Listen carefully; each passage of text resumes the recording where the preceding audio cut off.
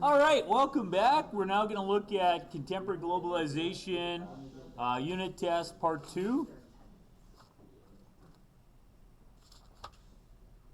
Much like part 1, we're going to have in part 2 some questions that are as much about testing your skill as it is about testing your knowledge. Part 2 is going to begin with a cartoon. And the first question, therefore, is going to be the central concern of the cartoonist. That's an A1 skill. We spent a lot of this course talking about A1 because not only is it 40% of the writing assessment, but much of the multiple choice comes down to the same skill set. Can you look in a cartoon and say the central concern of the cartoonist? Is it that those in power are failing to recognize the coming disaster? Is it that it is never acceptable for radical few to disrupt the labor of others? So the skill tomorrow will be able to contrast and differentiate. Is it more this or that? The terms, the language here, most difficult word in source set 1 here, it might be laissez-faire, capitalism. But it's the idea of, can you contrast statements and look at the validity, the contrasting validity in the claim of which one is the central concern of the cartoonist. We have a cast of characters, and we have people like Karl Marx that we talked about in the first review, and Adam Smith. You're going to see some other names, but you might not remember them because maybe we talked about Schopenhauer, but we talked about Schopenhauer for 10 minutes during lesson 14. So good news is we're also going to have quotes attached to them. So we'll have a quote attached to Arthur Schopenhauer, Adam Smith, Karl Marx, and another one, Paul Hawken. And the question will be, which one of these best matches or pairs with their response to the source? How would Smith or Marx or Schopenhauer or Paul Hawken respond to that central concern of the cartoonist? Another A1 skill. Within the A1, there's going to be, within the source, there's going to be some details.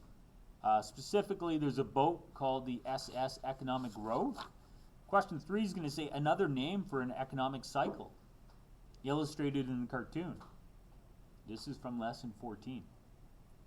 Lesson 14, although at the end of the historical globalization unit, you may remember when we studied it, I said this is a main lens for the rest of the year. So terms like the boom-bust cycle for the economic cycle. You asked me in our review between the last video and now, what is fiscal policy? Fiscal policy is when the government taxes and spends to try to manipulate the boom-bust cycle. So boom, the economy is inflating, bust, the economy is deflating. We don't want it to inflate too quickly or deflate too quickly. We want to regulate it so it's stable, predictable, comfortable. So regulating the economic cycle is regulating the boom-bust cycle. We're also going to see, with regards to fiscal and monetary policy in this cartoon, who would recommend fiscal and monetary policy? And we connected that to Keynesian economics, John Maynard Keynes, Keynes. We talked about how Keynes had some opponents. Adam Smith wouldn't want that kind of regulation of the economy. He wanted government hands off the economy. Whereas Keynes is saying we're going to get our hands on through fiscal and monetary interventions to stabilize the boom-bust cycle. So your cast of characters is always something to look at before a multiple choice test. We also looked at a spectrum this year. Spectrums include words like conservative, people who want no change, little change. They like the status quo. But we also have reactionaries, people that want to go back to a glorious past. Whether it existed in reality or just in their mind, they want to force society to refocus on old values and old roles. And they're willing to use violence to get society to readopt that. Then we have liberals that want change and radicals that are so excited about progressive change they're willing to kill to get there.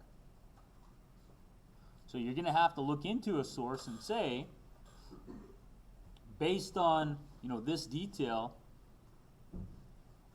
is the person a liberal, a radical, reactionary, or a conservative? So in order to get that right, you'll have to remember what those different people wanted.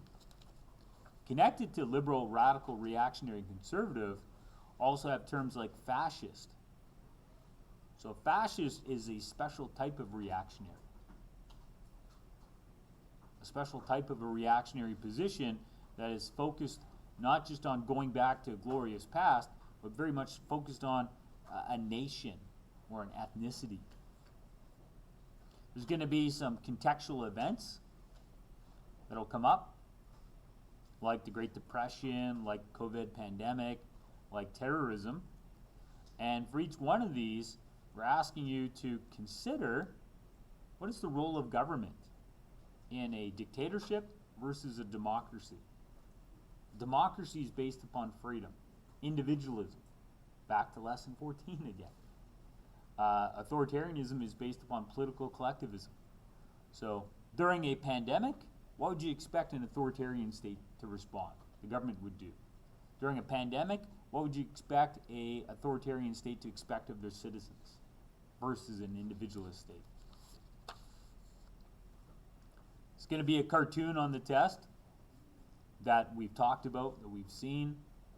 That's purposeful. I want you to feel somewhat comfortable with some of the questions.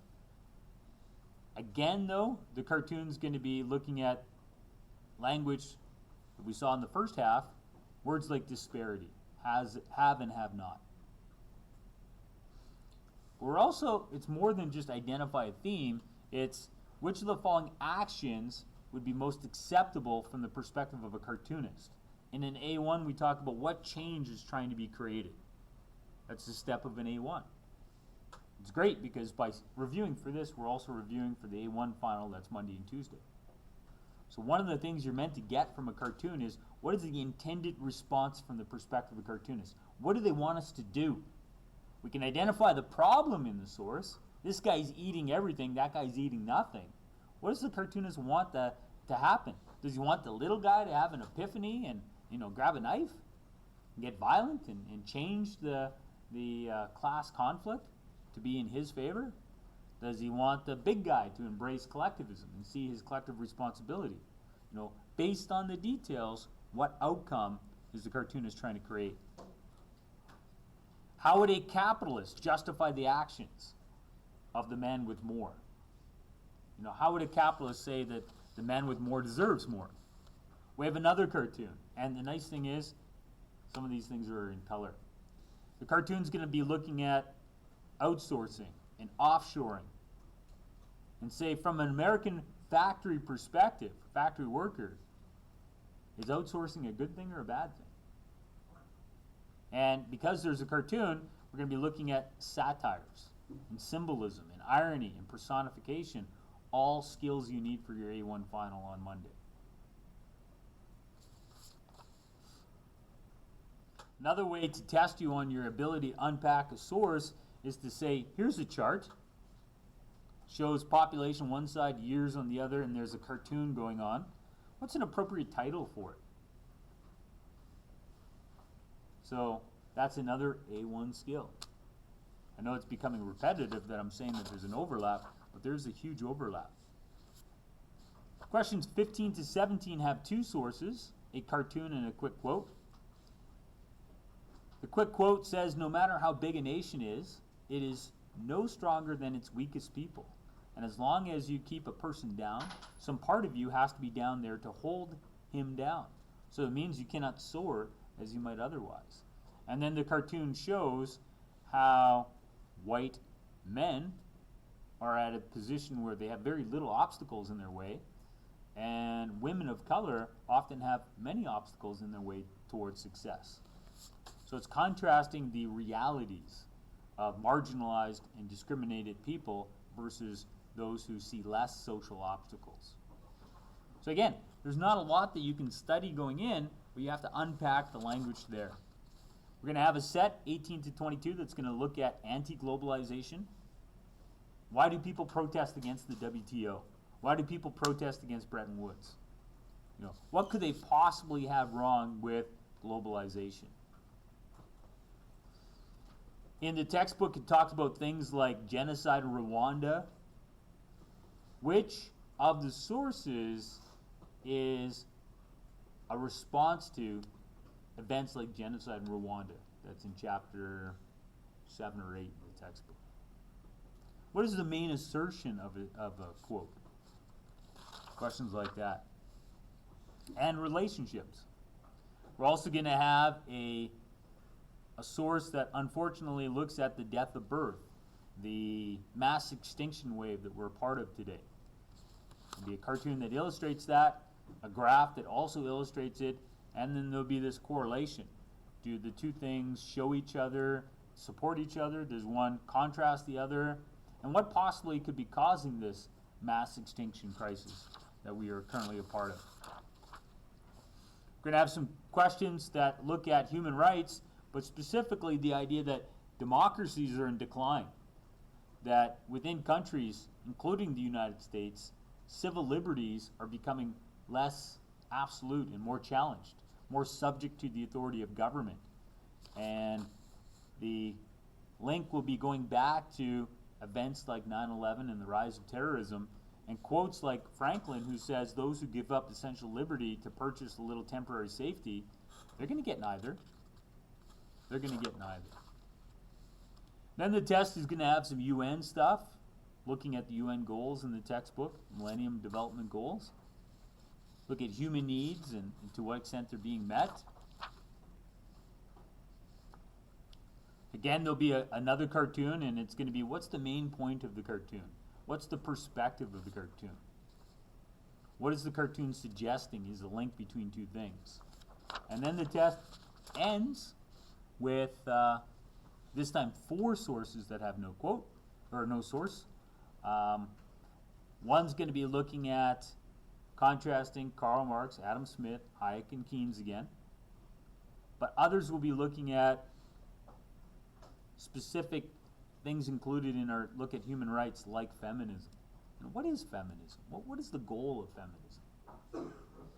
So I'm hoping that these 2 quick reviews gives you something to look at for the next 25 minutes of class. You should have purpose now. You should have something on your page where you're like, you know what? Maybe I need to go and look up the Human Development Index. Maybe I need to review what is gross national happiness. You know what? I don't think I understand the difference between individualism or collectivism. Or Keynes seems to come up. I don't really remember chapter 9 in Keynes. I better go back. I don't remember what is a capitalist. Or the UN. Wow. I think I don't even remember talking about the UN. Maybe I should go back, look in the textbook, look in our online notes and see what the UN is. So I hope I gave you some things to look at. Now I'm going to give you time to look.